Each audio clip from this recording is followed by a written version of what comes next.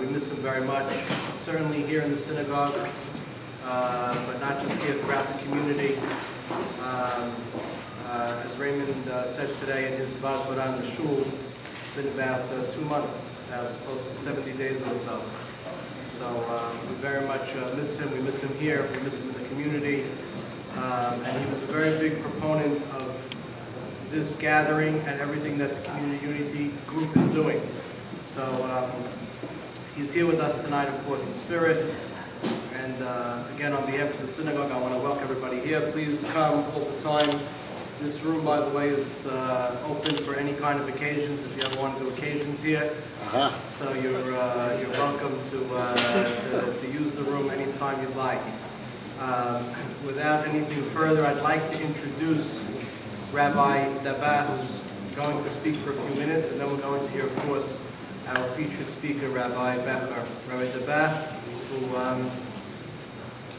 not only works at the synagogue of West Long Branch, but who is the Rosh Hashiva of Keter Torah and does a lot for our children in order to guide them in the proper way. We're honored and privileged to have him here today. Rabbi Rabbi.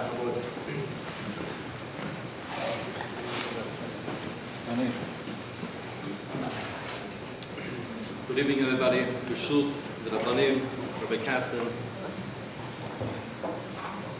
This room, by the way, is all thanks to Charlie Sacco. And may Hashem bless him. He is a role model of what I'm about to talk about. You know, Moshe Dayan prays in West Long Branch by us. And when he mentioned his idea of what he's trying to accomplish, I don't know, to me it was like a breath of fresh air. Here's a man who has his personal life, yet he devotes himself, plans, dedicates his time for the sake of the community. Not just the community, but become unity. He wants to unify. He wants to be me'ahed. He wants to make us and keep us as one. It's interesting the Torah talks about two individual people with a complete opposite approach. Noah is first mentioned in the Torah. Noah, ish tzaddik. He was a righteous man. After the flood, he gets out. And the Torah talks about Noah again as a ish adama. He's a farmer. A man was farming. He planted his initial planting, which was the vine. Yani, it looks like a little downgrade. First you call a person ish tzaddik, then you relate to him and you refer to him as ish adama. Rashi comments, what happened? What changed? Before he was ish tzaddik, now he's ish adama. Yet by Moshe Rabbeinu you find the exact opposite approach. First, when Moshe came to save the daughters of Yitro, the Torah refers to Moshe as an Ish Mitzri, an Egyptian man, yani a regular guy, Egyptian. And yet, the Midrash says later on, when we come to refer to Moshe, we call him Ish HaElohim, a godly man. And the commentators are bothered. What happened? What's the contrast between Noah, which initially was called upon as an Ish Tzaddik, downgraded to an Ish Mitzri, and Moshe, initially called an Ish Mitzri, an Egyptian man, and then called Ish HaElohim. I saw a beautiful answer, which I think we all must learn from Moshe. I mean this Moshe. Noah, initially, what he started out doing, he was a righteous man, but he was a community person. He built the Teva. It took him 120 years, being mocked, being laughed at, but he survived. He saved the world. He was the only link in the chain from Adam till today. He was called an Ish Tzaddik because he was a community man. That's what he did. after that, aftermath, Noah felt terrible. He felt, why didn't I pray for them? He went into a little bit, I don't want to button him down, he's a tremendous person. But what we call today a little bit of a depression that he was downgraded. Ish Adama. Moshe, on the other hand, first when he was a regular person, Kavyachol, Moshe was a giant of a man, but he was called Ish Mitzri. The moment he took leadership, and he brought Am Yisrael to the level that they achieved, ultimately to take the Yetzer Hara out of them. Herut, min Yetzer Hara, they literally took the Yetzer Hara out of them. Tremendous task, unprecedented. He was called Ish HaElohim. The Becher Chochmah says, this is the difference between a man who works on himself or a man who works in the community. When I met Moshe, he told me, not Moshe many years ago, but when he told me this idea, what he's working on, I'm telling you, I want to stand up for him. But he's the role model that we have to look at. Rabotai, every one of us, we live in this town. We live in Deal. If you want to look at somebody who's a builder of a community, we've got to look at Charlie Sacker. He's a man, it's the emet, we have to learn. We have to learn. We have to learn how to live. We cannot live for ourselves. We must live for the community. We must dedicate our time. We must see what can we do to build this community. Does anybody here want to hear, I'm moving to Brooklyn? Yeah, this guy's moving to Brooklyn, he's moving to Lakewood, he's moving to Brooklyn, he's moving to the city. What's wrong with the deal? Rabotai, we are here to build ourselves. We all can be builders. And that's really why I'm standing here tonight. I have a tremendous zechut, I don't deserve to be here. There are plenty of other chachamim here that can address the crowd much better than I can. But I feel it's a load that we all must share. And the load is equally divided when it's community, when we're unified, we work together for the same goal, for the same objective, to build Deal into a Makom Torah, to make Deal into, this is a beautiful place to bring up children, a magnificent place. We are safe, it's beautiful, we're healthy, we have family, the way our community has been for decades and centuries. We are all one. I was born in Argentina. The same community here is a community there. I was supposed to be in Mexico, since I speak Spanish. I wasn't supposed to be in Deal. Boreolam redirected me here. Same community there. We have a magnificent gift. What a gift that Boreolam gave us. And really, it's a zechut of our forefathers. We have such a gift that we could be a unified community. Why are we losing it? Why should we lose it? By Divrei Beracha, as a Birchat Hediot, just Boreolam should give us the opportunity to enable us, that each one of us should give the talent that we have, that we possess as individuals, and not just work on ourselves, but we should be community people. We should be Ish HaElohim. We should follow after Moshe Rabbeinu. And we have people amongst us that we could look at, we could look up to, and follow the leadership. And inshallah, Borei Olam should give us the opportunity to be successful, to make Zeh HaKatan Gadol Yeh. Not just in the summer should we be a big community, but it should spread into the winter time. And we should grow. And inshallah, as unity, we could be a sample for Am Yisrael, what it means to be a unified, a wholesome, healthy community. Amen.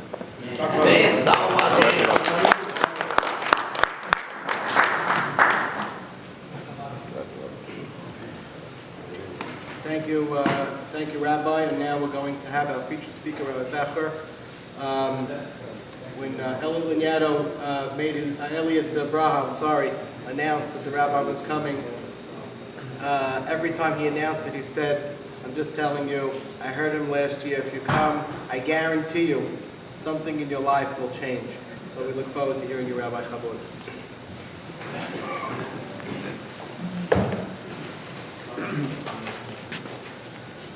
Thank you very much, Shavua Tov.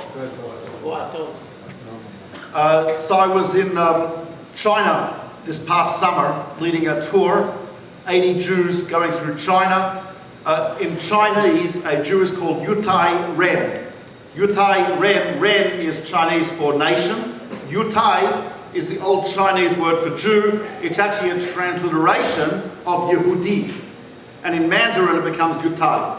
So anyway, I'm in Hong Kong, and I'm on the 11th floor of the hotel. It was Shabbat. So that's a little bit of a problem. So I'm running up. You know, I had left something downstairs, whatever, I left something in the room, I had to go downstairs to fill up. So I'm going up the stairs, 11 flights of stairs. For me it's nothing, but by about the 8th flight of stairs, I'm, you know, a little out of breath, little dizziness, some pain in the left side, a little numbness in my feet, otherwise I'm fine.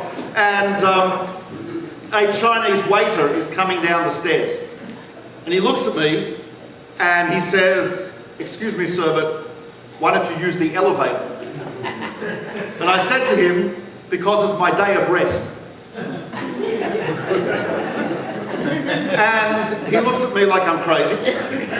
And, you know, and he kept on going, and I, you know, kept on going. And what I'd like to discuss today is really, because the mitzvot are something which are a little puzzling. Not only to people outside, like a waiter in Hong Kong, but also sometimes to ourselves. We know we have 613 mitzvot. 600, that's a lot of mitzvot. Do not worry.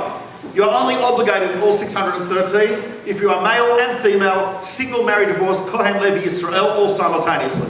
I'm sure in Los Angeles there's many people like that, but for the vast majority of us, we're not obligated in all 613, but nevertheless, we have to ask ourselves, what's the purpose of these mitzvot? And, by the way, each one of them has many, many subcategories. There are many, many details. There are minhagim, gezerot, takanot, the Rabbanan, etc., etc. And the question we often ask ourselves, is Judaism obsessive compulsive? I mean, you know, it's enough that you walk out of the house, to check the oven, turn the lights off, come back in, check the oven again, turn the lights off, etc. I mean, is this what it's about? Why? So I'd like to try to address that. What should I have said, first of all, to the waiter in Hong Kong, had I A, had a good command of Mandarin, and B, had oxygen? So I'd like to address tonight. So, first of all, what is the purpose of the mitzvot? Interesting, the Midrash says the following. The mitzvot were given in order to refine humanity. What is meant by refinement? So there's a story told in the Gemara in which Turnus Rufus was a Roman who used to often debate the rabbis. So Turnus Rufus, he comes over to Rabbi Akiva and he says to him, "Hey Rabbi Akiva, actually I don't know if the ancient Romans had Italian accents. I always imagined them that way. I don't know, you know, Caesar is type of like Tony Soprano in a toga. Anyway, so Turnus Rufus comes over to Rabbi Akiva and he says to him, what's better, the deeds of God or the deeds of man? Which is better? Now, he figures this is a question to which there is no answer. If Rabbi Akiva answers that the deeds of God are superior to those of man, he will then counterattack by saying, then how do you dare have the chutzpah to change anything in this world? If God's superior, then how do you have the audacity, the arrogance to change anything? And he says, if Rabbi Akiva says that the deeds of man are superior, he'll then say, you are a heretic. So he figures, totally confident, there's no way that this rabbi can answer the question. Obviously, he hasn't encountered rabbis that much. So he comes to Rabbi Akiva and he asks him the question. Rabbi Akiva says, 1 second, doesn't answer him. Rabbi Akiva goes to the fridge, comes back from the fridge with in one hand, a stalk of wheat, and in the other hand, a piece of chocolate mousse cake. White chocolate mousse, dark chocolate mousse, milk chocolate mousse, a sacher torte, which is something like a moist chocolate cake with a hint of raspberry, right, dulce de leche around the side. Okay, so he comes over, Rabbi Akiva says to him, holds a stalk of wheat in one hand, the chocolate mousse cake in the other. Rabbi Akiva says, you tell me which is better. Deeds of God weighs around the stalk of wheat. Deeds of man weighs around the chocolate mousse cake. What do you think? So what was Rabbi Akiva trying to teach us? I think he was teaching us an important lesson. What Rabbi Akiva was teaching us is the following. You see, if you take a stalk of wheat, even if you're a complete whack job vegan, no offense to any whack jobs here, right? But even if you're a complete whack job vegan, right? No one ever comes over to me after a class and says, excuse me, I'm a whack job, and I was deeply offended by the comparison to vegans. Anyway, but even so, right? You cannot take a stalk of wheat, it's delicious, right? You can't eat the wheat that way. You have to go through a number of processes, 10, in order to turn it from soil and seeds to the delicious sambuca and the whatever, and the bagels and all that type of stuff. That's what you have to do. You have to go through many processes. So what is Rabbi Akiva trying to teach us? He's teaching us the following. God could have created the perfect world. He did not do so. He created a world that's designed to be perfected. He did not create the world already. He did not create it as a boreka coming out of the ground. He created it as wheat because he wants us to refine the world. He wants to give us the job of making the world into a different and a better and a more perfect place. So therefore, he doesn't create the perfect world. He could, but he did not. He created the world that needs to be perfected. That's what Rabbi Akiva is teaching us. And there are 3 areas in which we need refinement. L'tzaref bahen et habriot, to refine humanity. What are the 3 areas? They're all in relationships. Number 1, my relationship to others. A baby, an infant, a little kid, thinks only about one thing, which is what? Anyone? Anyone have any little children? An infant thinks about themselves. That's it. They don't think about you. Right? The infant only thinks about themselves, which is fair enough. They're an infant. You don't expect much more from them. Right? They wake up, a little kid wakes up in the middle of the night until they're about 2, maybe 3 years old, depends how old, but sometimes they'll wake up. I remember my youngest, Rabbi, used to wake up in the middle of the night, 2 in the morning, and say, Abba! Right? My wife trained him to say that after 10 o'clock at night. Right? I come into the room, I say, what do you want? Right? And he looks at me and he says, I'm thirsty. And I'm thinking to myself, who wakes up thirsty at 2 o'clock in the morning? I mean, you ever wake up thirsty at 2? Oh, I need a drink. No, but a little kid does. He wakes up 2 in the morning. I say, okay, fine. I get him a glass of water. I bring the glass of water. Do you know how much water a child drinks at 2 o'clock in the morning who wakes up thirsty? 1 molecule. He drinks about that much. It's unbelievable. I get up at 2 in the morning. You only drink that much? Okay, fine. Now, you see, at that age, I don't expect him to be thinking about me. Right? Because he's only 2. Right? I expect him, obviously, right, as he matures, he gets older, he understands that I'm not just there for his service. Right? He understands that people are beings, they have needs, they have wants, they have idiosyncrasies. As we mature, we become more aware of other people. Obviously, if my 18-year-old, 17-year-old wakes up in the middle of the night and says, Abba, I'm thirsty, I say, get the beer yourself, leave me alone, buddy. Right? I mean, at that point, it's clear, right? He understands, right? I expect him to understand. So as a person matures, they become more aware of other people. Right? Not everyone. A lot of people do not become aware of other people's existence, especially many of those people drive on the roads in New York and New Jersey, completely oblivious to the fact that you are a human being who's living and existing. Right? You want to merge? Too bad. They prefer that you die. That's it. In most countries, if you put on the indicator, that's a sign to people of your intentions. But not in New York, that's a sign to people to thwart your intentions. Right? You want to go there? No, not.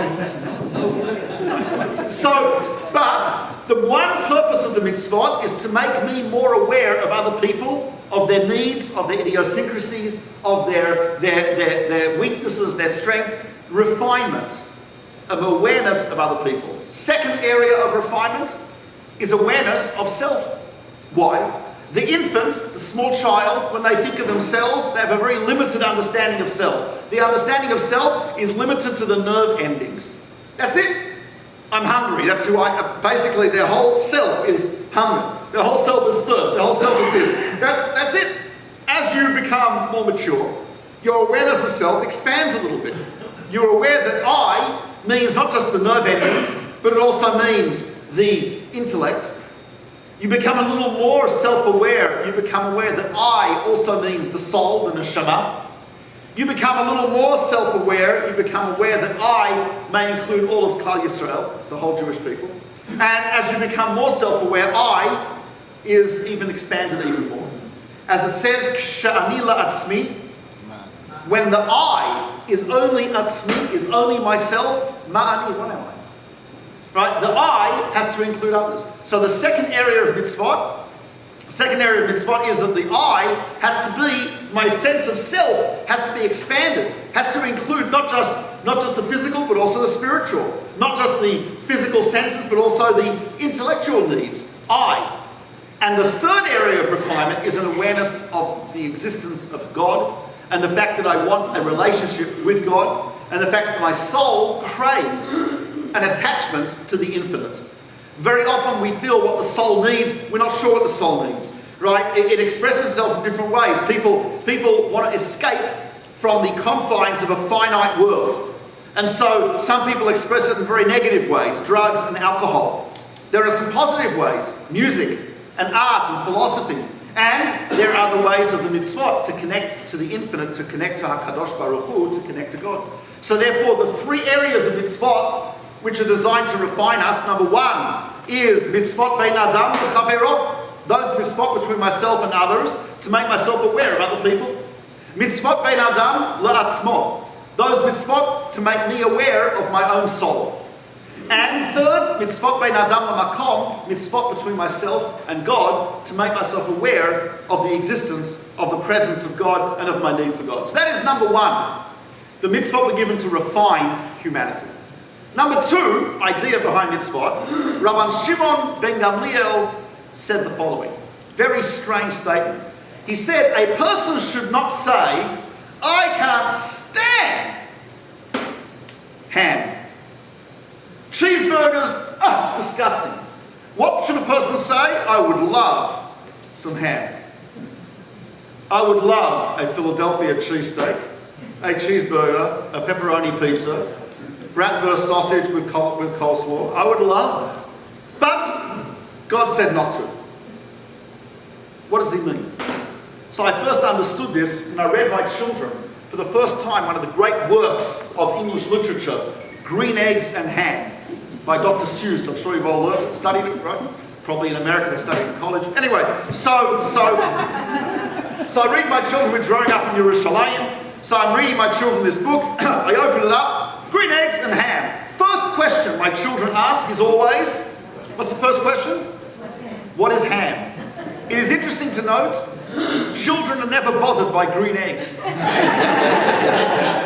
In a child's mind, that's completely acceptable. That's either because of a principle in child psychology, which is kids are weird, or because of the school cafeteria, which is deeply disturbing. Anyway, so my children ask me, they're growing up in Yerushalayim, Ir HaKodesh, they say, what is ham? So my response is, ham is the meat of a pig. So the child says, what's my kid's reaction? Ooh! Ooh! I say, it's not ooh. They say, what do you mean it's not ooh? They say, what do you mean? We don't eat it. I say, we eat broccoli. They say, yes, good point. Right? So you know, what do they mean? They say, is it unhealthy? I say, it's not unhealthy. In China, a huge part of the Chinese diet is pork. Do they seem like they're in danger of extinction? I mean, really? Are there plagues of trichinosis cutting a swath through Sichuan province? Right? I mean, are they dropping like flies? No! They seem to be fine. In fact, statistical errors, a statistical error in the Beijing census, if they make an error of 0.1%, that's more than there are Jews in the entire world. You understand? So there's not a problem. So they say, why don't we eat it? I say, we don't eat it because Hashem said not to. Not because it's ooh, not because it's unhealthy, not because it's disgusting, because Hashem said not to. You see, I think the idea is the following. I could educate them to believe that it's disgusting, unhealthy, tastes terrible. A, that would be intellectually dishonest because it's not true. And B, it would defeat the purpose. What's the purpose of the mitzvah? You see, I'm walking by and it's a freezing cold day and I'm very hungry. I'm giving a class in downtown Philadelphia and I walk past, there's one of those stalls, they're making Philadelphia cheesesteaks right? And maybe even halal. You know, it's amazing, right? And I walk by and I say, oh, you know, I mean, no one really knows me here. And I've got a hood on because it's winter, you know, like, right? And should I say, now, if I walk by and I say, I would like it, but I'm not going to have it because Hashem said not to, what am I doing? I'm exercising self-control. If I walk by and I say, oh, disgusting, what am I doing? Am I exercising self-control? Am I exercising obedience to God? Am I exercising my free will? No, not at all. Free will is a very important factor here. So what the Torah is teaching us, what Rav Shimon ben Gamliel is saying is that when it comes to certain mitzvot, not all, but certain mitzvot, the idea behind them is to help me exercise and to inculcate within me one of the most important things in life. Because you know what one of the most important abilities in life is? Self-control. Whether it's in relationships, the ability to keep your mouth shut, for example, right? Whether it's in business, whether it's in academia, whether it's in sport, whether it's in health, what could be more important than the ability for a person to say, I'm in control of myself? Nothing's more important than that. So that is free will. And in fact, the Rambam says in Moreh HaNevuchim, the Rambam says, when it says, Ki b'tselem Elokim, Barat Adam, that the human was made in the image of God, the understanding of that is that the human has the ability to choose. Ratzon chofshi, I can choose. That is what makes a human human. Someone sitting there with a stack of pizza and a few six-packs of beer, watching 150 stations of garbage on cable television with his remote. Right? You don't look at him and say, look at the majesty of man, the greatness of the human being. But Selam Elokim, right? No, don't look at that. Right? If you take the remote, chuck it out the window, that would be self-control. So the second point that we have to understand about the mitzvot is that they are there to actually exercise a muscle that a lot of people don't exercise, which is free will. Bechira, free will, make choices, self-control. Number 3, Rav Moshe Chaim Luzzatto, the great Italian Kabbalist from Padua, and the Rambam both say the following. They say this: ultimately, what is the ultimate goal of everything is if we understand what is the most pleasurable thing we have, one of the most pleasurable things we can experience is a sense of, we discussed a little bit last time, but the sense of unity. Being part of unity. Whether it's with the person one loves, whether it's one's family, whether it's one's community, the whole Jewish people, a sense of unity between thought, speech and action. Incredible. Why? Because that's really a taste of what it means to have a relationship with Hashem, because Hashem is Hashem Echad. He is ultimate oneness. So that's a little bit of a taste of that incredible pleasure. But in order for us to have a relationship with God, in order for us to be close to God, requires that we be similar to God. We have to be compatible and similar. Because if we're not compatible, we will not enjoy the closeness. That simple example, Coca-Cola used to have this competition. They still do stuff like that. You open up the Coke bottle, you read inside the cap, what does it say? You have won, or it says, try again. Okay? And I had a guy at my house, he opens it up, it says, try again. So he closes it, he opens it, closes it, he opens it. He says, dude, this is not working, Anyway, so, obviously from California. Anyway, so the first prize, you open the Coke bottle, it says you've won. First prize at the time, you look at the side of the bottle, it says you get to spend 5 days chilling with the Beastie Boys. That's a musical group you've probably never heard of. Right? So you get 5 days chilling with the Beastie Boys. So I thought to myself, imagine for the moment that Herbert von Karajan, the great German conductor of the Berlin Philharmonic Orchestra, is playing somewhere in New Jersey. He opens up a Coke bottle. He reads inside, it says in German, you have fun. Right? He looks at the side and it says, Van, 5 days with the Beastie Boy chicks. So let me ask you something.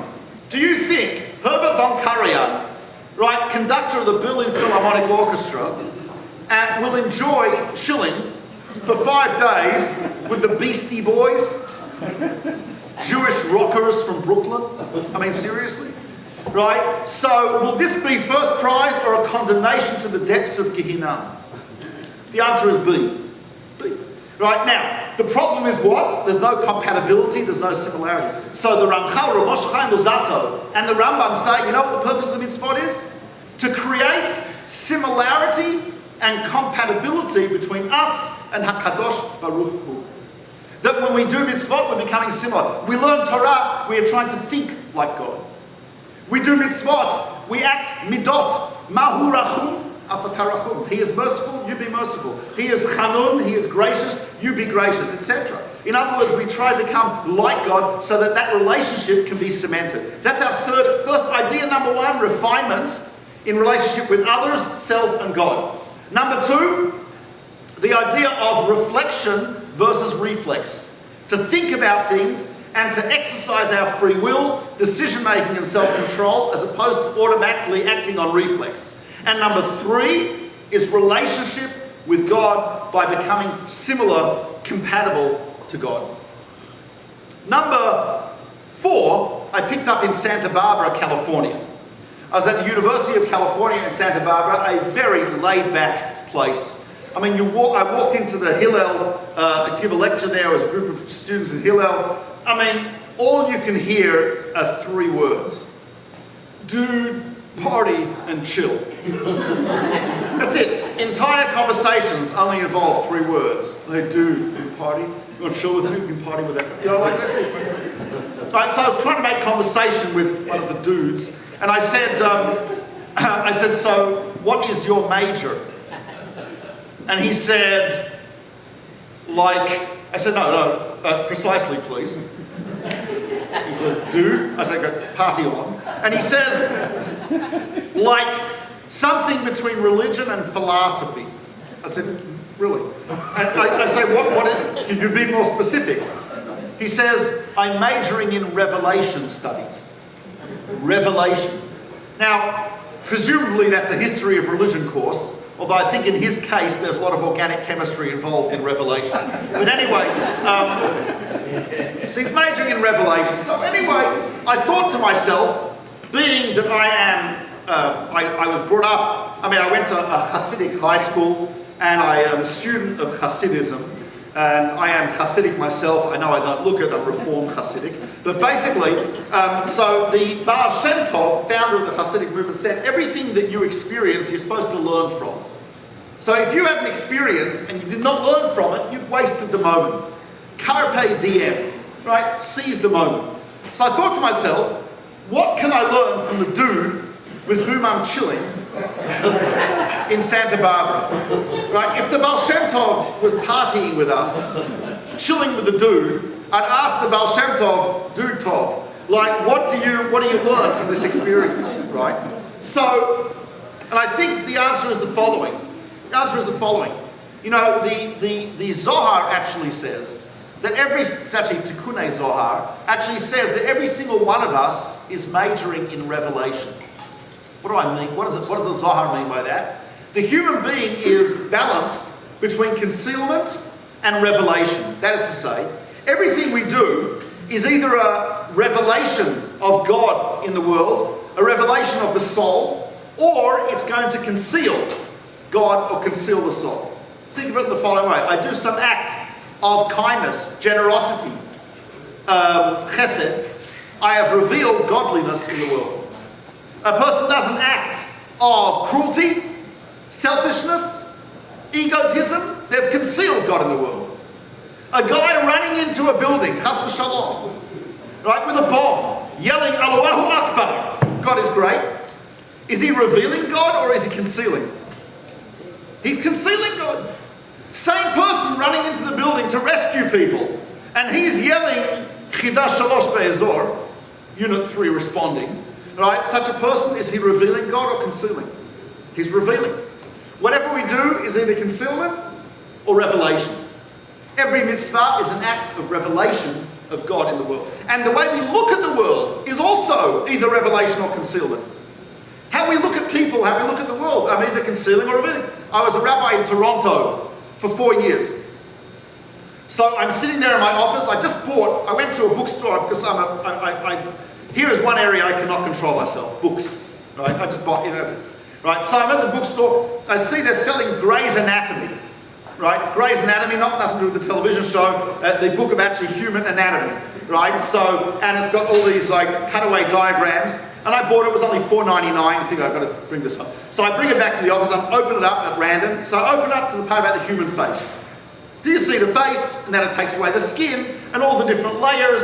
And it's a fascinating, niflaot haboreh, the wonders of God. You see. Anyway, so I'm reading this. The secretary phones you, says, Rabbi, there's someone here to see you. He says he has an appointment. I say, give me a minute. I put down the Grey's Anatomy. I take out my Gemara. I say, send him in. So he comes in. He comes in, and I've just been reading Grey's Anatomy about the human face, and now an actual face sits down in front of me. I'm looking at him like this. And he's thinking, well, the rabbi's really focused today. It's like, unbelievable. He's very impressed. Maybe he took some Ritalin this morning. I don't know. He was like, unbelievable, right? I'm looking at his face, and he's talking to me. He was prattling on about something, I don't know what, divorce, suicide. But I'm looking at him, and I notice, as he's talking, there's a little click in his jaw. Every now and again, his jaw goes click. And I'm like, and I am dying to take out Grey's Anatomy and say, could you do that again? I just want to, right? Self-control, I did not do that. After a few minutes, he puts his hand on mine, tears in his eyes, I'm imagining the tear ducts, and he says, what do you think I should do? And I'm thinking to myself, you should go to a facial surgeon. Why are you coming to the rabbi? So you see, although I was looking very deeply into his face, was that a look of concealment or revelation? I think I was concealing his essence as opposed to revealing it. I was looking so focused on the structure of the face that what was I ignoring? I was looking at the panim, the face, I was ignoring the pnim, the inside. It's concealment. And so therefore the mitzvot are there to teach us that everything we do really should be revelation. And the Tikkunei Zohar says, and I'll tell you an amazing idea, Tikkunei Zohar says this, the word mitzvah indicates that. Because the word mitzvah is spelled mem tzadi, vav hey. The last two letters of mitzvah are the last two letters of what? The name of Hashem, vav hey. But the first two letters are also the name of Hashem. But they're concealed. There's an understanding, the Mukubalim, the Gemara even uses this, called up bash. A substitution of aleph, the first letter, for taf, the last letter, beit, the second letter for shin. What's the logic of up bash, by the way? So the Mukubalim say the following.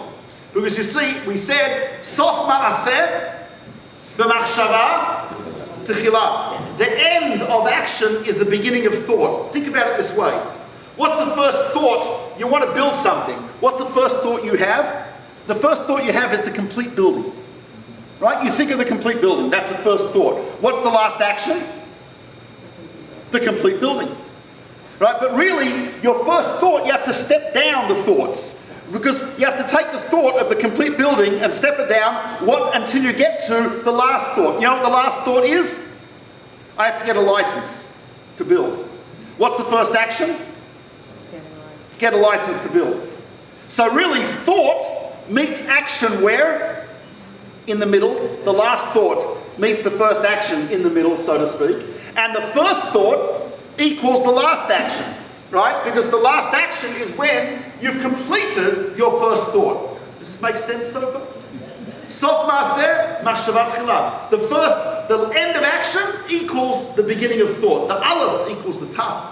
The beit equals the shin, the gimel equals, and so on and so forth. So if we utilize that, we find that mem, which is the 10th last letter of the aleph beit, equals a yud. And tzadi, the 5th last letter, equals the hey. So what does mem tzadi equal?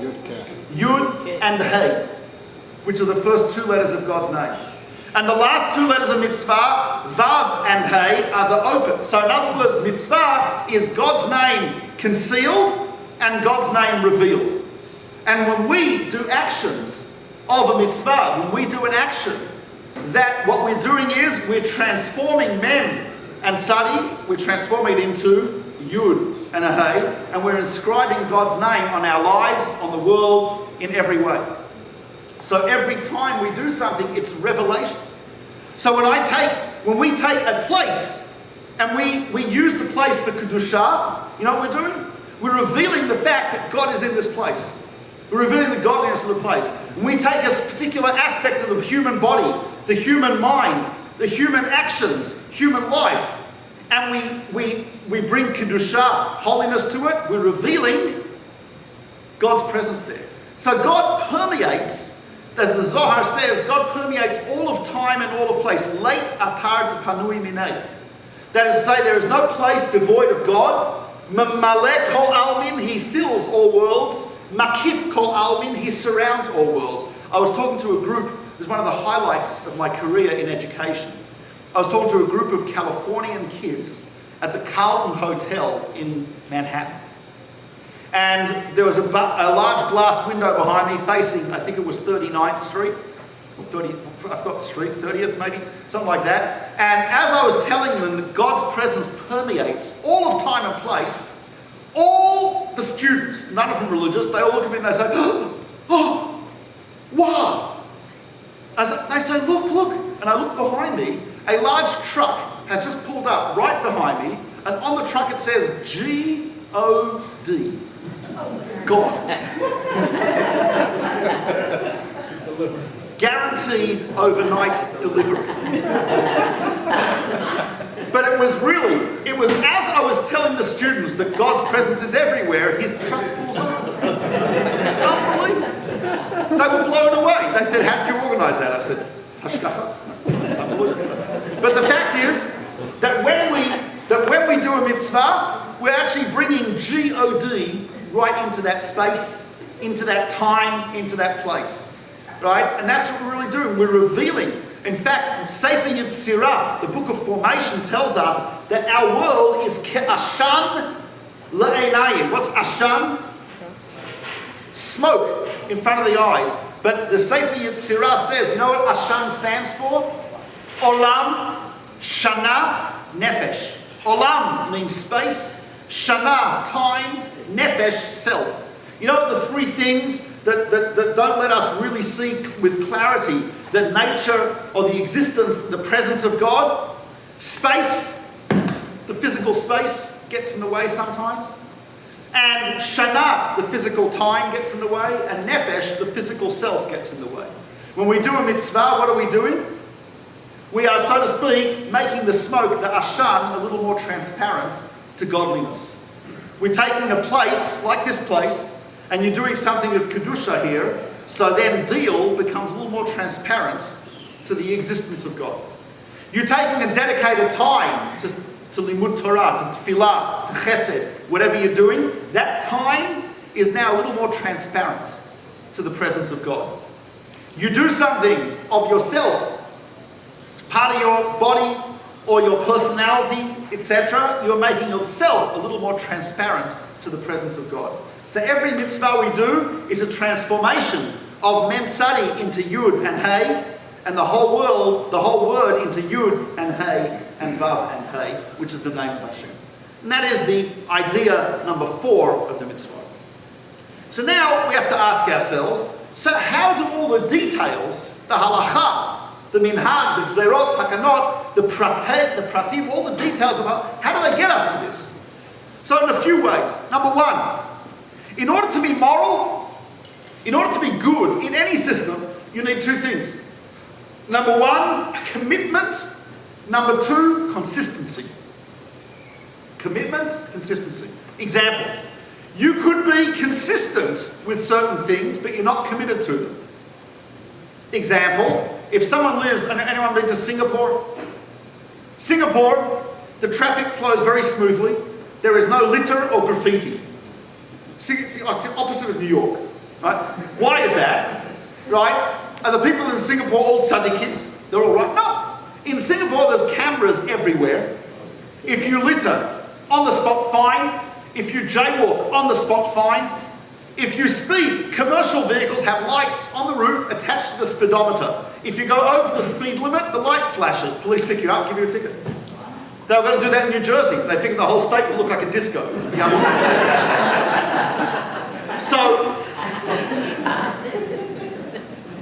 really, people could be consistent with good stuff, but not really committed to it. That's making good, right? Someone in Saudi Arabia who doesn't shoplift, does that mean they're committed to honesty? No, it means they're committed to having their hands attached to their arms. Yeah, you're consistent, doesn't mean you're good. The other way around, what about the other way around? Could you be committed and not consistent? I think that's our greatest issue as people. You know, if we dug down deep, we found all of our commitments, we'd probably find a lot of stuff in common with a lot of people. We're committed to honesty, we're committed to kindness, but what separates people? The degree of consistency with that commitment, right? Example, right? Some kid, the principal phones home from school and he says, Mr. Smith, your son is being suspended from school. What is Mr. Smith's reaction going to be? What? Impossible. What did he do? Such a good boy. Impossible. The principal says he was caught cheating on a final. What is Mr. Smith going to say? What would you say? What's your evidence? How dare you accuse my... How dare you? I'm calling my lawyer immediately. Right? So the principal says, we have evidence. We have evidence. What's your evidence? He says, the answers of your son were exactly the same as the answers of the boy sitting next to him. What is Mr. Smith going to say now? The boy sitting next to my son, the son of Satan sitting next to my son, he cheated from my boy. Send him home. Back to wherever he's gone. Right? Send him home. My son is such a good boy, he would never cheat, and he's so bright, he doesn't need to cheat. So what does the principal say? Mr. Smith, we have further evidence. He says, what's your evidence? He says, question number 19. The boy sitting next to your son wrote, I don't know. Question number 19, your son wrote, I don't know either. So it would appear to me that neither is he so bright, nor is he such a good boy. So fine, the kids get sent home, and the father says to the kid, get into the study. You know, the worst punishment for the adolescent child, a parental lecture. Right? So get into the study. The kid says, not the study, get into the study. Okay, he's in the study. Father says, turn off the iPhone, the iPad, etc. The kid's now unwired and in his adolescent listening posture. With whatever poised on his lips. Eyes ready to roll at any moment, right? And the father gives him his lecture on honesty and integrity and truth. In the middle of the honesty lecture, the phone rings. And he says, honey, could you please get that? I'm doing the honesty lecture. She says, of course, darling. And she picks up the phone, she says, hello? She says, oh, Mr. Katz, how are you? Mr. Smith says to his wife, I'm not home. It's the middle of the honesty lecture. And she says, I'm sorry, Mr. Katz, he's not home. On the cell phone, the husband says, no. Shh. She says, oh yeah, he's flying. Yeah, business trip. Yep, not available on the phone. Where's he going? New Zealand, another 16 hours. Yeah, okay, right. And now he carries on with the honesty lecture. Now, let me ask you something. Does Mr. Smith believe that it's wrong to cheat in the exam? Yes. I think so. Is he consistent? No. And this, by the way, educationally is not good. That's why the next year the principal phones home and he says, Mr. Smith, this might be a police matter this time. You need to come to school. He says, oh my God, what is it? He says, just come to school. I don't want to talk about it over the phone. He comes to school, the kid's sitting there, and he says, what is it? And the principal says, your son has been stealing office supplies from the school for the past year. Mr. Smith looks at the kid, he says, is this true? The kid says, yeah, it's true. The father says, I don't understand it. You need office supplies? Tell me, I'll bring them home from work. So, consistency is very important. Now, the truth of the matter is, and I want to give you a way of viewing halacha. You know what halacha is? I heard from a rabbi many years ago in Jerusalem. He said the following, he says, I can explain, he says, the entire Talmud, the Gemara, all of halacha, Shulchan Aruch, Shelot u'Tshuvot, Yabia Omer Yechaveh Da'at, everything. I can explain all in one word. You know what it is? Consistency. How can millions of Jews, over thousands of years, in hundreds of countries, how can they be consistent with the halachot of the Torah? Not so simple. How could you be consistent? The Torah says something simple. It says, Lo tirsach. Don't murder. That sounds pretty easy, right? Anyone? No, you don't have to tell me. Right, but I'm saying that sounds pretty easy. But really, it's not such a simple thing. Why is it not simple? You have to determine about who is this talking about. When does life begin? When does life end? Whose life are we talking about? What's the definition of self-defense? Stand your ground? Your home is your castle? What's the definition? What's self? Not such a simple thing. Not always simple.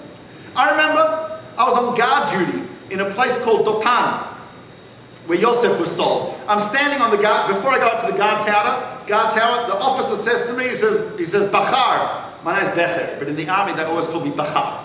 Apparently there's a Moroccan name, Becher, right? My family's from Poland. But in the army they're convinced I'm Moroccan. I don't know why. Okay, so it must be my face. I don't know, I look Moroccan. So he says, Becher. I said, Ken, right? He says, listen, we had intelligence reports that there's a car bomb in the area. We were not far from Ramallah and Arabi, right? He says, I had reports of a car bomb in the area. He says, so if a car, I had guard duty from 2 o'clock till 6 o'clock in the morning. He says, if you see a car turn off the road towards the base, off the road, you shoot. Shoot to kill. So I said to him, what if it's a lousy drive?